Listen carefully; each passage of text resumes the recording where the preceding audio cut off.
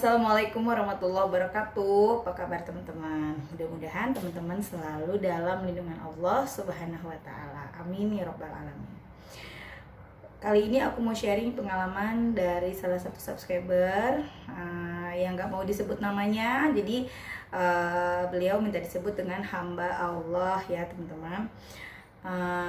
Aku panggilnya ibu aja ya. Nah, ibu ini cerita tentang pengalamannya dalam bersedekah.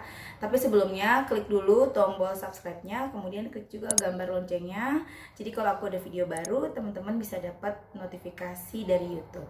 Dan jangan lupa juga klik tombol share-nya sebanyak-banyaknya ke medsosnya teman-teman.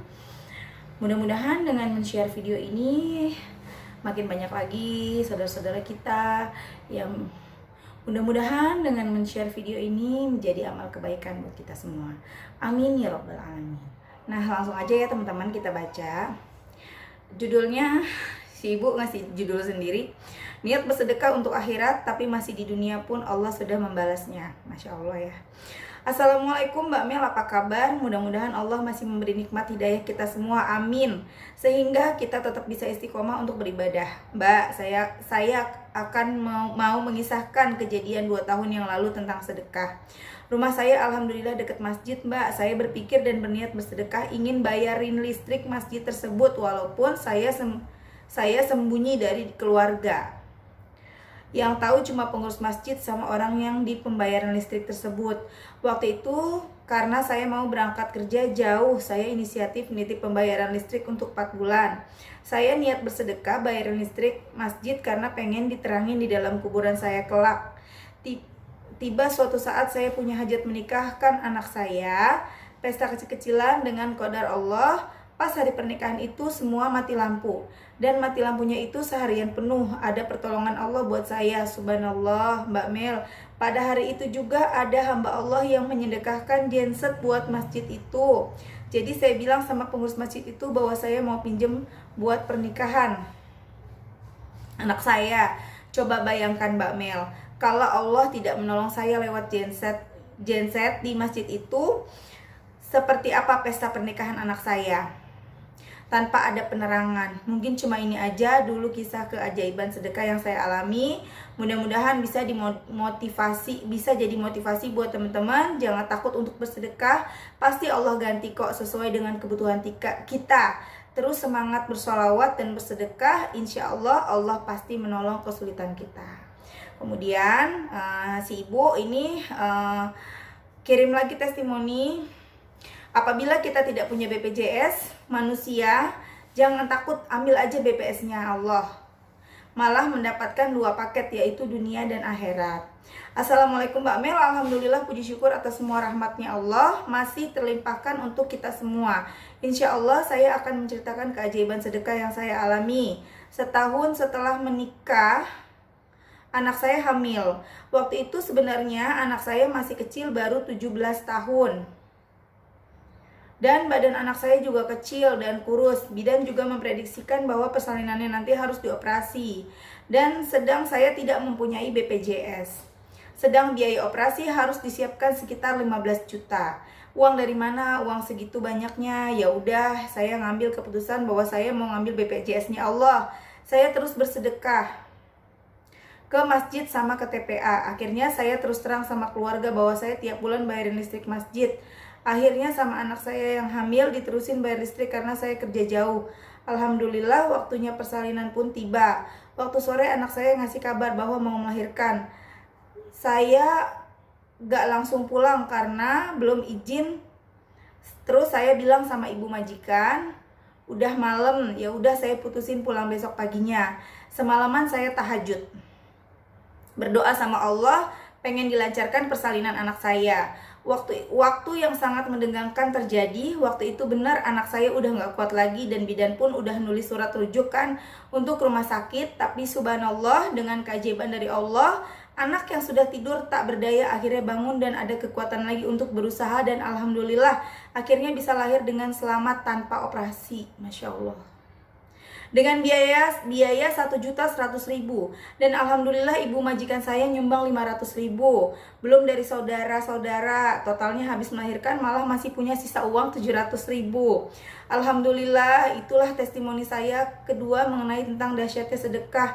Buat teman-teman yang di luaran sana yang sedang sakit atau yang sedang menunggu persalinan, nggak punya BPJS, jangan takut, ambil aja BPJS-nya Allah. Dan alhamdulillahnya lagi cucu saya laki-laki dan anak ibu majikan saya 3 laki-laki semua. Akhirnya dapat warisan baju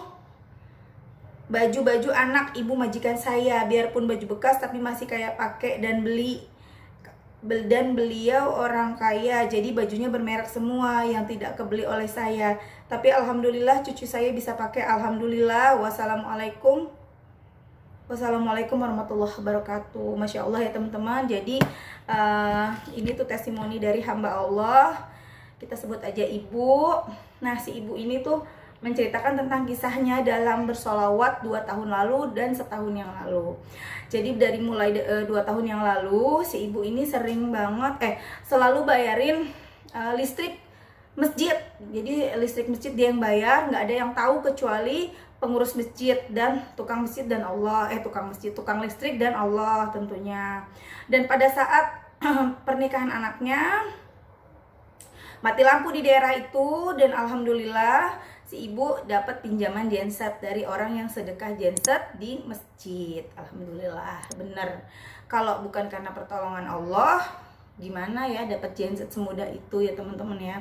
Nah, kemudian yang kedua, setahun kemudian anaknya si ibu ini melahirkan, hamil dan diprediksi akan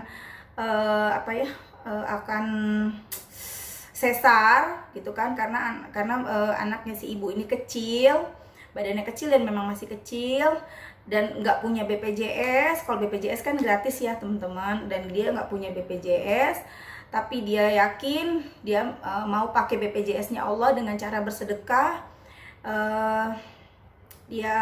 Si ibu ini akhirnya cerita ke anaknya untuk selalu bersedekah ke masjid untuk bayarin listrik masjid.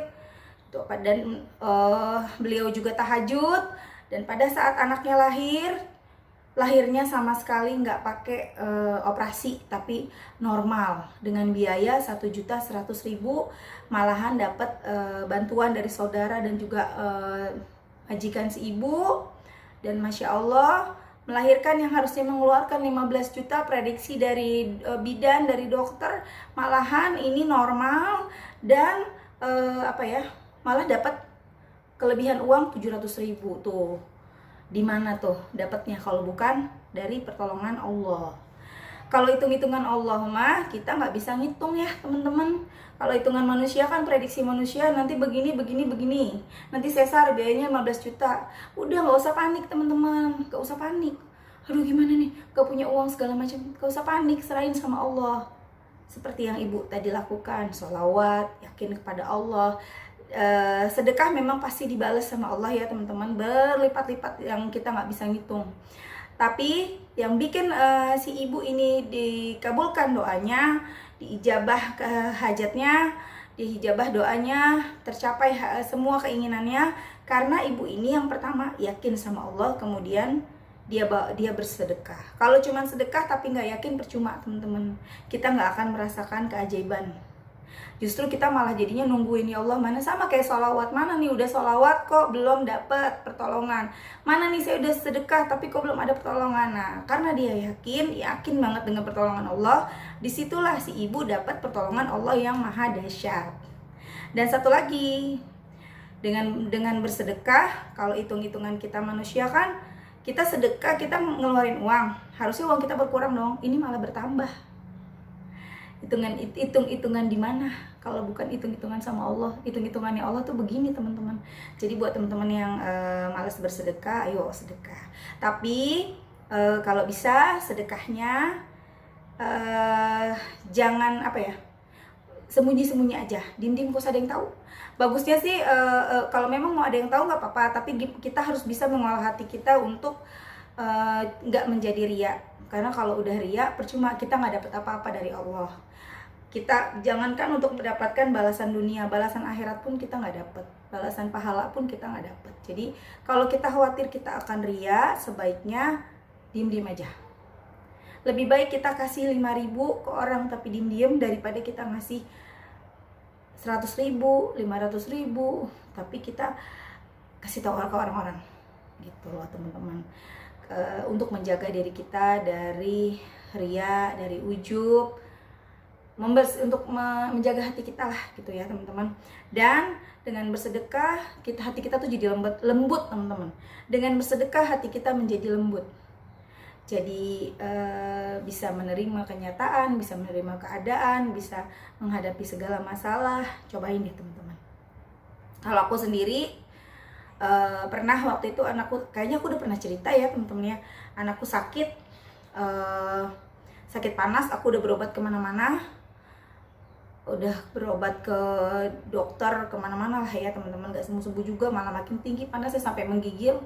Itu aku bismillah, aku coba sedekah 200.000 dan Masya Allah besok paginya anakku sembuh, sehat lagi gitu loh teman-teman. Oke teman-teman, terima kasih, mudah-mudahan bermanfaat, mudah-mudahan teman-teman yang ragu dalam bersedekah bisa ikutan bersedekah, oh ya, ibu ini juga rajin sholawatnya ya teman-teman, sambil bekerja dan sambil aktivitas yang lain, ibu ini selalu bersholawat.